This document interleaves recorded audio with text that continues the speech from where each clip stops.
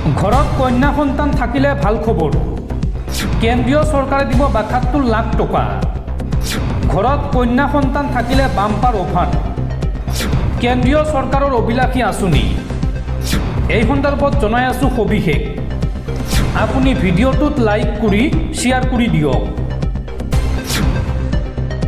দৰ্শকসকল, ভিডিঅ'ৰ আৰম্ভণিতে আপোনালোকক কৈ দিছোঁ, আপোনালোকে ভিডিঅ'টো সম্পূৰ্ণ শেষলৈকে চাব, নহ'লে কিন্তু আপোনালোকে বুজি নাপাব। কন্যা সন্তান থকাসকলৰ বাবে এক অভিলাষী আঁচনি হাতত লৈছে কেন্দ্ৰীয় চৰকাৰে।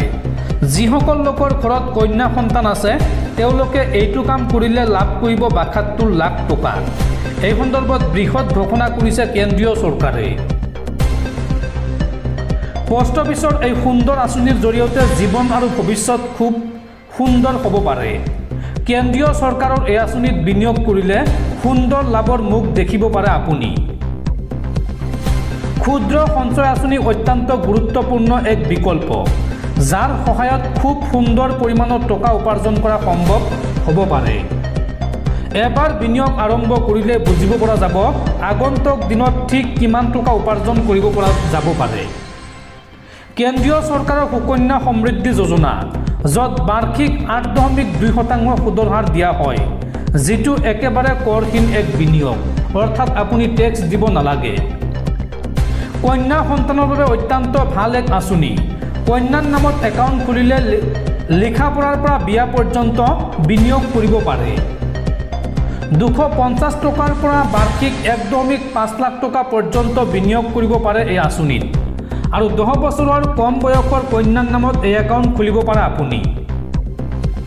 একে পৰিয়ালৰ ২ কন্যা সন্তানৰ নামত সৰ্বাধিক একাউণ্ট খুলিব পাৰে। যদি যমজ কন্যা সন্তান থাকে তেনে ক্ষেত্ৰত তেওঁ কন্যাৰ নামত এটাই একাউণ্ট খুলিব পাৰে। একাউণ্ট খোলাৰ পিছত ১৫ বছৰ পৰ্যন্ত সঞ্চয় কৰিব পাৰে আৰু একেটা বিত্তীয় বৰ্ষত ২৫০ টকাকৈ জমা নহ'লে সেই একাউণ্টটো ডিফল্ট হৈ যায়। পুনৰ ১৫ বছৰৰ ভিতৰত একাউণ্ট খুলিব পাৰে। কন্যাৰ ১৮ বছৰ বয়স হ'লে, অৰ্থাৎ ১০ম শ্ৰেণী সম্পন্ন কৰিলে তাৰ পিছত টকা উলিয়াব পাৰিব। এই টকা এককালীন বা প্ৰতি বছৰে এটা কিস্তি কৰি উলিয়াব পাৰিব। ৪০০ টকাকৈ প্ৰতিদিনে জমা কৰিলে ৭০ লাখ টকা মে'ত শেষত পাব পাৰে।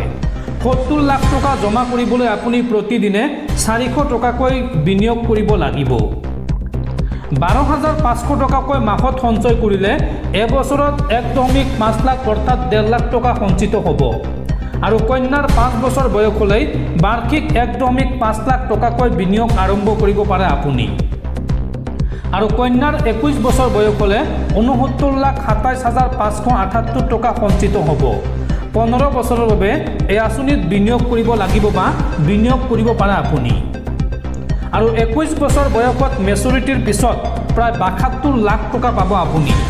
মুঠ আপোনাৰ ২২.৫ লাখ টকা জমা হয় আৰু ৪৯ লাখ টকা বা তাৰো অধিক সুদ হিচাপে পোৱা যাব মেচুৰিটিৰ সময়ত। অৰ্থাৎ মুঠ বিনিয়োগ কৰিব লাগিব ২২.৫ লাখ টকা। সুকন্যা সমৃদ্ধি যোজনাৰ একাউণ্ট ১৫ বছৰৰ, কিন্তু ২১ বছৰ পৰ্যন্ত একাউণ্ট চলি থাকে আৰু তাৰ পিছত বন্ধ হৈ যায়।